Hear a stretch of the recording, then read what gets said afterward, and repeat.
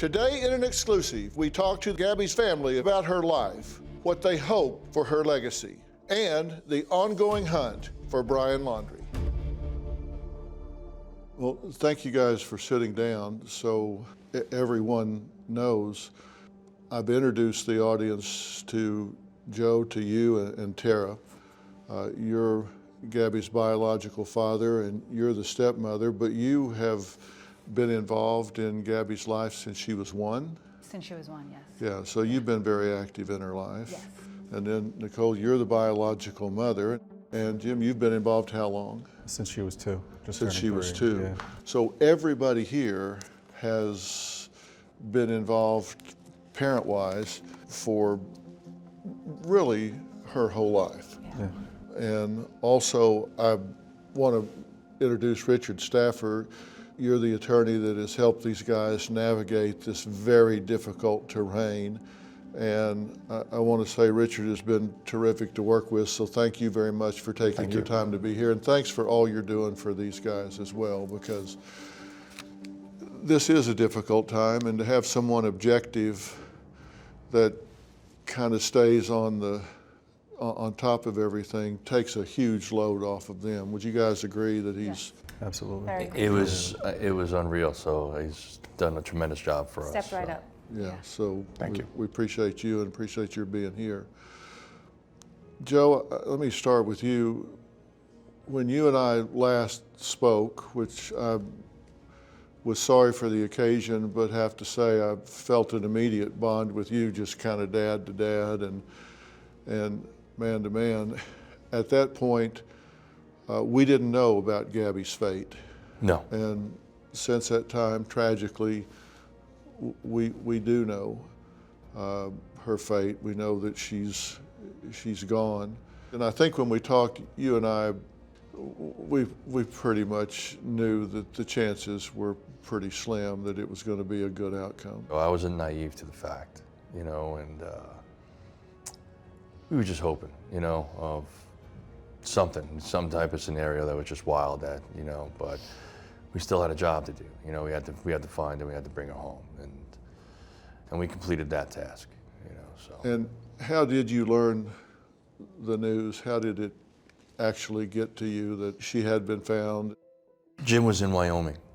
He's the one that was there, and I guess there was some clothing that was identifying and stuff, and. But was it Jim that called you? Yeah, We got on a conference call. Yeah, we've all of you did? Yep. So I was in Florida, Nikki was in New York, Jim was in Wyoming. Like, we tried to strategically place ourselves to best suit what the FBI was asking for, and like I said, we've always been a team. So Jim was there, and when they found her, they had some identifying stuff, and Jim got on a call with us, and that's when he told us. And Jim, you had gone to Wyoming and stayed there because you felt like she was going to be found there, and you felt like somebody needed to be there. Yeah, it was just something, deep down that I knew she was there, and just going off the information that we had, we felt that somebody had to be there, and I said right away that I would go, and we felt we needed to put our family out there so we could show that we're here trying to do what we can. When you were there, where were you when they found Gabby, and how did they tell you? We received a call from the FBI that they had some information that they wanted to share with us, and the hotel we were in was very gracious to accommodate us, and they gave us a conference room quite a few times to meet in with some privacy. There was the 2 people from the FBI that had called. When did they show you the article of clothing? They described a piece of clothing to me that matched one of her favorite sweatshirts that we knew was hers. So at one point they presented you with some identifying information so you could verify that it was Yes. her. If I can add, it was from a local shop, It was a so that local we shop. knew it was her. It was her. Yeah.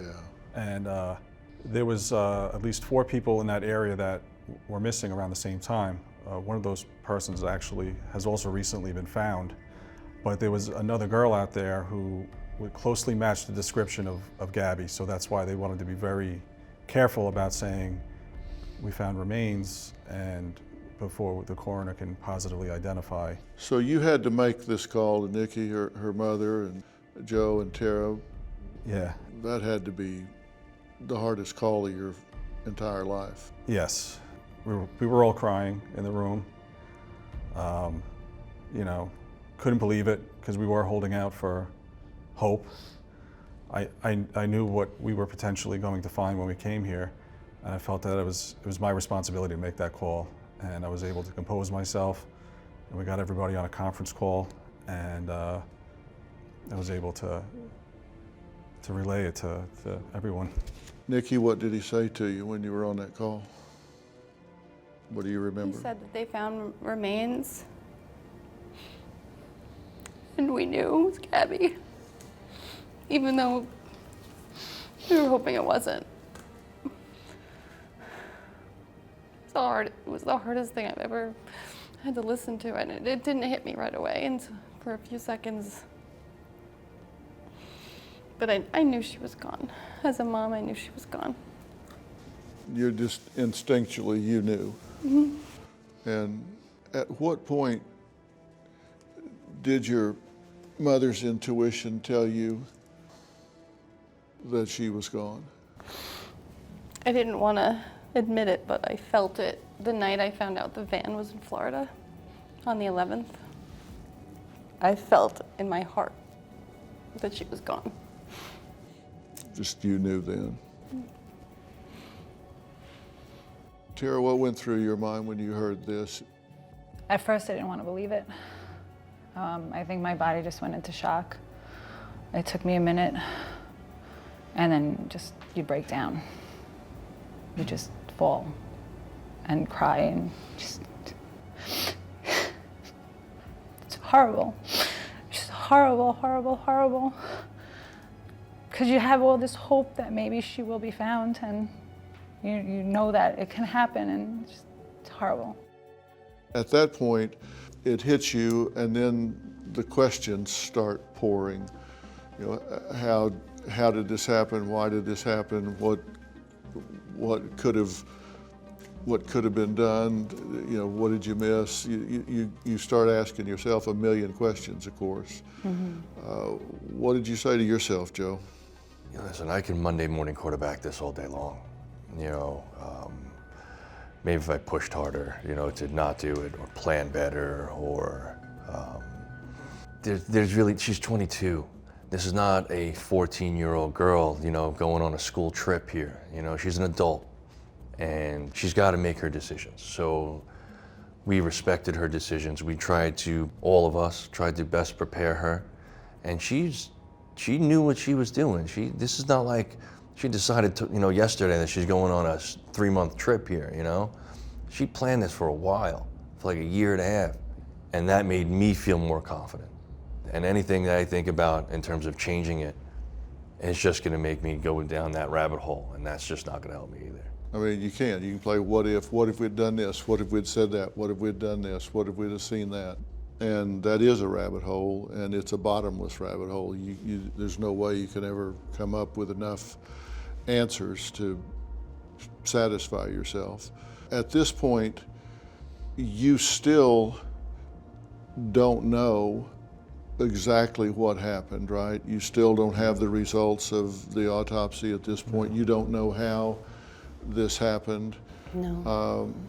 Is there any doubt in your mind who caused her death?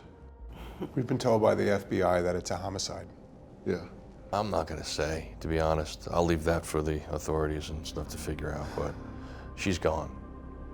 And to me, and I'm not gonna speak for everyone here, but to me, I need to find meaning behind it. It can't be in vain. It can't be a meaningless death. I won't let that happen. I'm not gonna let him take her name in vain. So I gotta find some positive things that have come from this. Because otherwise I will go down that rabbit hole, and I can't have that happen. How do you feel about it? I'm angry.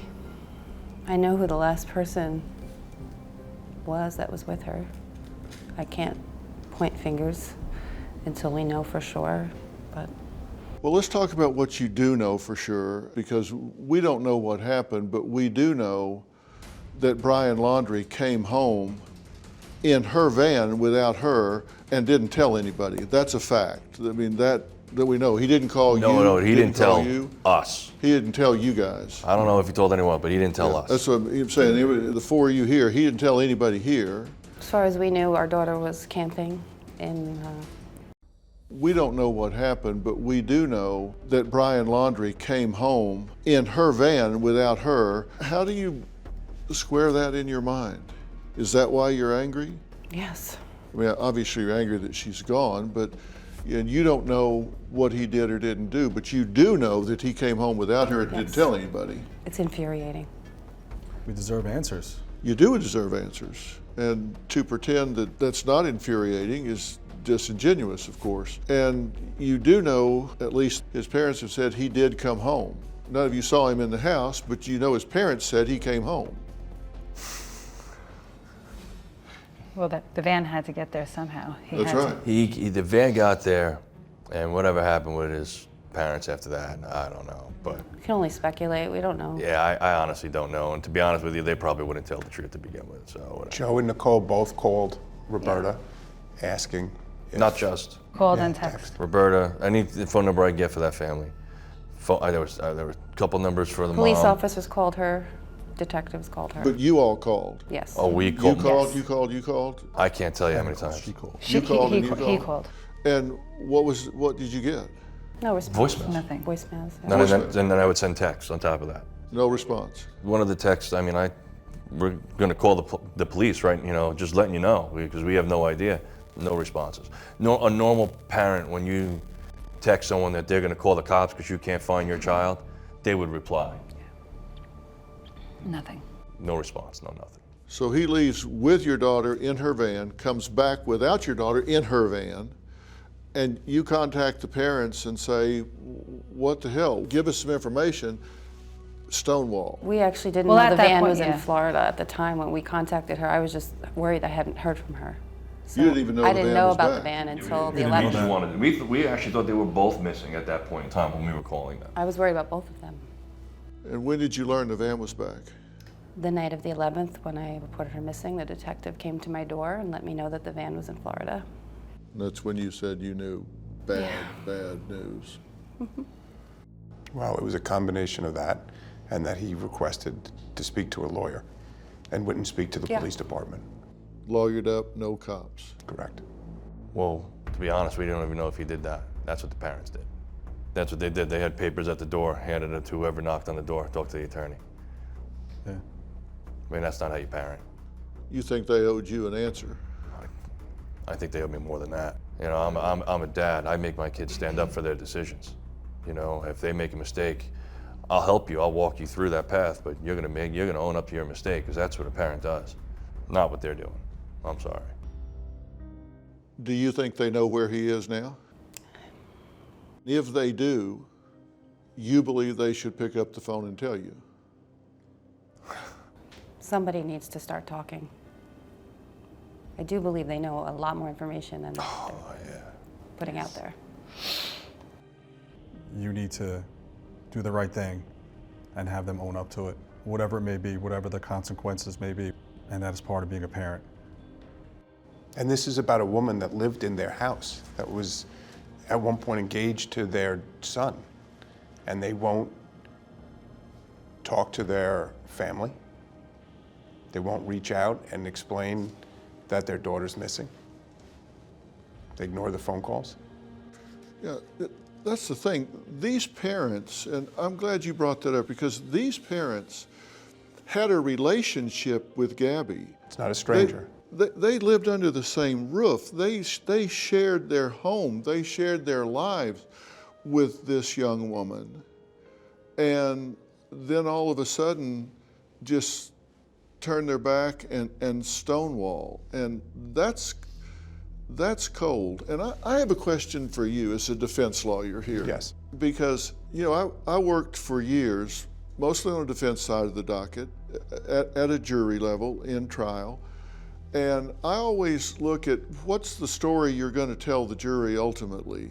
Is a parent helping a child by furthering and covering up a really bad deed instead of advocating for the child to step up and be accountable? Is that not a better jury presentation instead of hiding, going on the run, stonewalling police, obstructing? How is that good parenting? It doesn't seem to me that they're creating a narrative that any jury is going to do anything except be infuriated by. Correct. They're not helping their son at all.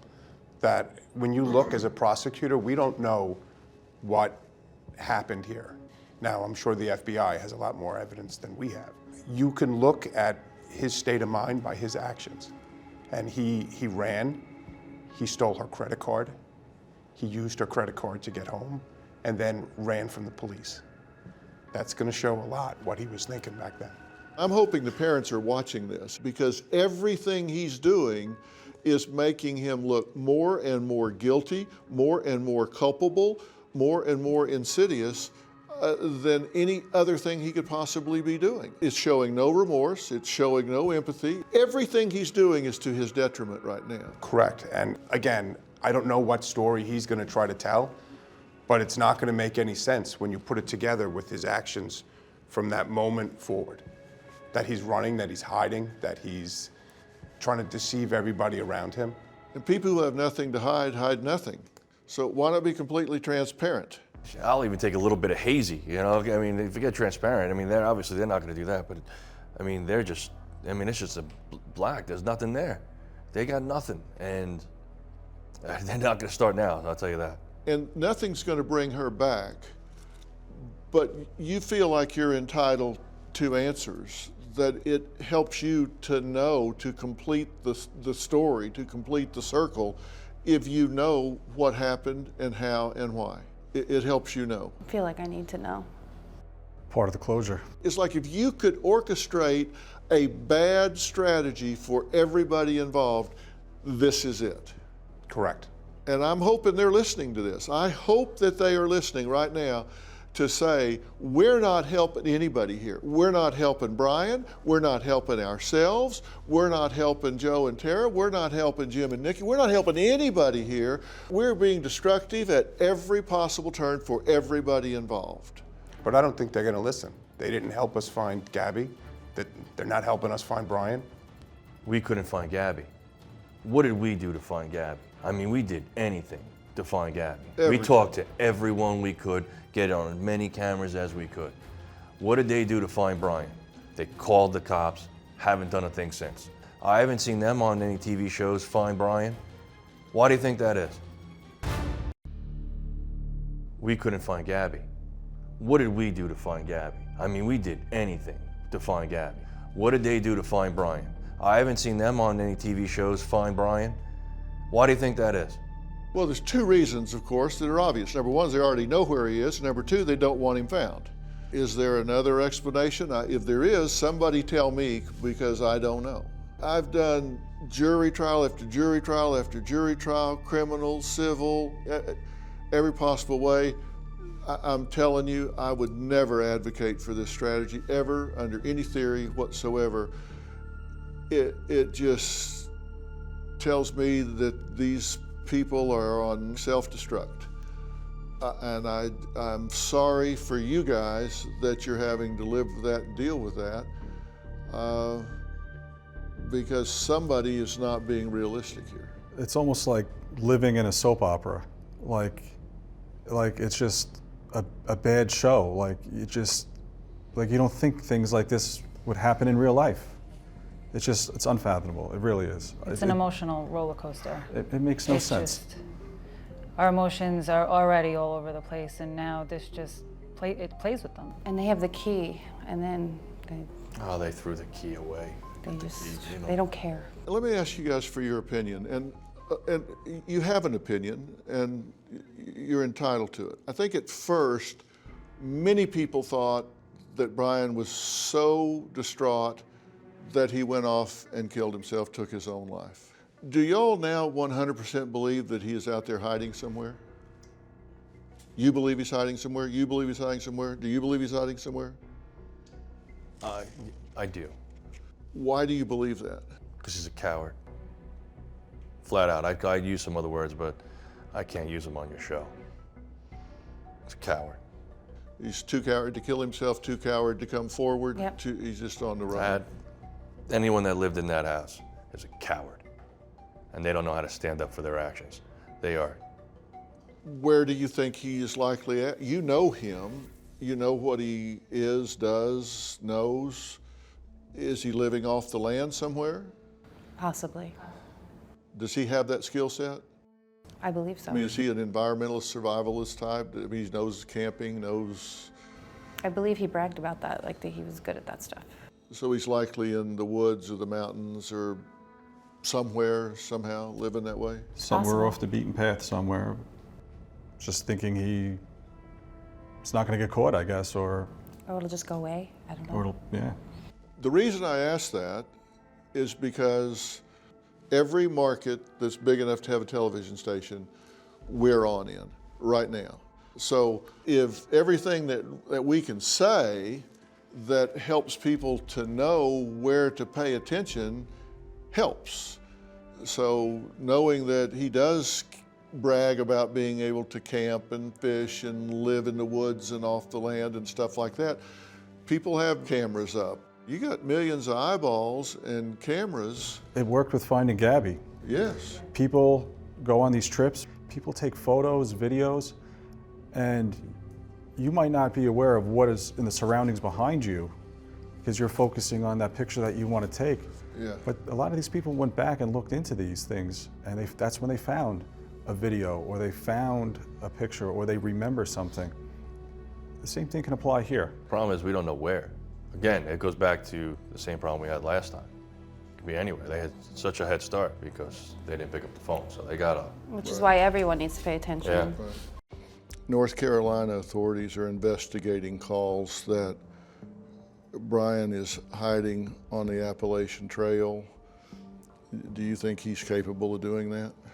Yeah, some of the trips that they took before this, that was one of the things that we kind of worried about before this trip was in the Appalachian Trail. So you always hear different stories about things that happen there and how really desolate it is in certain areas, and that was always a concern of ours. She always came home safe. She She'd go always for came 3 home or 4 safe. days and then they'd come home and they were But fine. they are familiar. He is familiar He's with very that area. familiar with it, yes. If he's watching this and stranger things have happened, what would you say to him if he's watching this right this minute? This is where I should wash my mouth, right? Turn yourself in. Turn yourself in. Turn yourself Turn in. yourself in. Turn yourself in. Why? We want to know the truth. Because if you truly loved her, you should turn yourself in. You're only making it worse for us and for himself and for his family. Let us have some closure. Let us come to an end to this tragic period and just move on and be able to remember Gabby for all the wonderful memories we had with her and not looking at a TV screen every day wondering if he's going to be found. Just turn yourself in. That's damn good advice. And Brian, if you're listening to me right now, let me tell you something. You may have done the wrong thing then. Do the right thing now, because you're not helping yourself at this point. You are alienating more people, and when you're in a hole, stop digging. They're not going to stop looking at you. I got a big platform and a big mouth, and I am not letting this go away. I don't care what your mother's telling you. I don't care what your lawyer's telling you. Do the right thing and turn yourself in right now. Fair enough? Well said. Yes. Better than I could say. He can't change what he did back in Wyoming, but he can change his actions now. Exactly. And that can have an effect. Can't give you Gabby back, but it can change the course of where you go from here. And we got a plan for that. You all got a tattoo to honor Gabby. Several, actually. Yeah. Well, let's talk about that a little bit. Let's share that with. And I see here that you've all got on your arm, "Let it be." Yeah. Yeah. So let's talk about this one first. Why Let It Be? It was kind of like her slogan, you know, she's a big Beatles fan, and, you know, she tried not to harp on things, you know, like, all right. And that's exactly where she had it on her. Mm-hmm. Is that right? Yeah, that's where she had all of them were Where her she had them. tattoos. You know, she kind of designed like the little wave and the triangle with the flowers. Yeah, the one right here. Yeah, she had this one on her, and she designed this one. She was an amazing artist, so.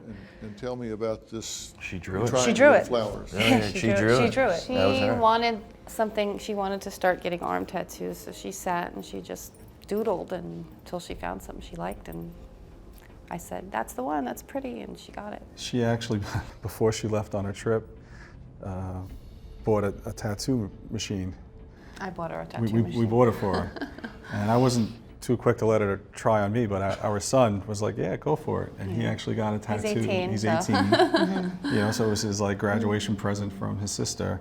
And he likes to camp and hike and stuff. And so she put a little tattoo on his leg with mountains and a tent, and it's something for him to always have for his sister. Basically like her last piece of artwork, and he has it on his body. Yeah. So. Literally on his body, Special, yeah. Yeah. And he'll never touch that. I mean, I got the one on the hand because apparently I talk a lot with my hand, you know, and I see it and just keep thinking of her, you know, so this is the one that she had right where she had it. You guys don't blame yourselves and play the what if game, because you can't see around corners, and you couldn't do anything about it if you did. When she goes 18, parents become advisors, not directors. When they're 16, you can say do A, B, and C. When they become 18 in one day, you can say, you might consider this, but you can't tell her what to do or not do. You're still gonna do it. Well, that's exactly. You can try. You're still gonna say to yourself the what ifs, if, you know, it's, but if you focus on that, I think we talked about it, it's a dark hole, you know? Yeah. Focus on the positive stuff and changes you can make and good that you can bring into the world for everybody. That's the light at the end of the tunnel that can bring you back. Yeah, but parents just can't blame themselves. We raise these children up. We hope they make the right decisions. And a lot of these abusers, these narcissistic, self-absorbed, they're pros. They're smooth. They're good. And it's hard to see it. They don't show you what they show their victims behind closed doors. It's real hard to see sometimes. So I hope you guys don't, and I hope parents at home don't blame themselves when they don't see all of these things, because they're just not obvious. If you knew Gabby, she was always a pretty happy girl. You know, people would gravitate towards her. You know, her nature was always to smile and treat everybody kind. She always made people feel welcome. Growing up, I mean, she always had those blue eyes, right? Those ridiculous blue eyes. You couldn't keep her in trouble. Like, you would ground her, and she'd start crying. She always wanted to go out and do stuff, whether it was scuba diving or hiking the Appalachian Trail, surfing sand dunes in Colorado. Gabby is the most amazing person I've ever met. So if you're gonna leave here today, I'm asking that you guys be inspired by the way she treated people. All people. Love knows no bounds. She didn't care. She genuinely loved people. It didn't matter. So when you leave here today, be inspired by what she brought to the table. Because the entire planet knows this woman's name now.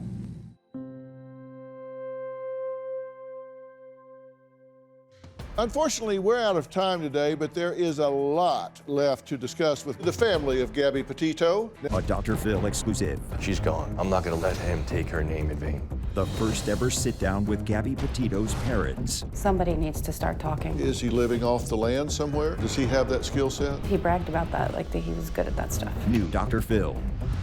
Check your local listings.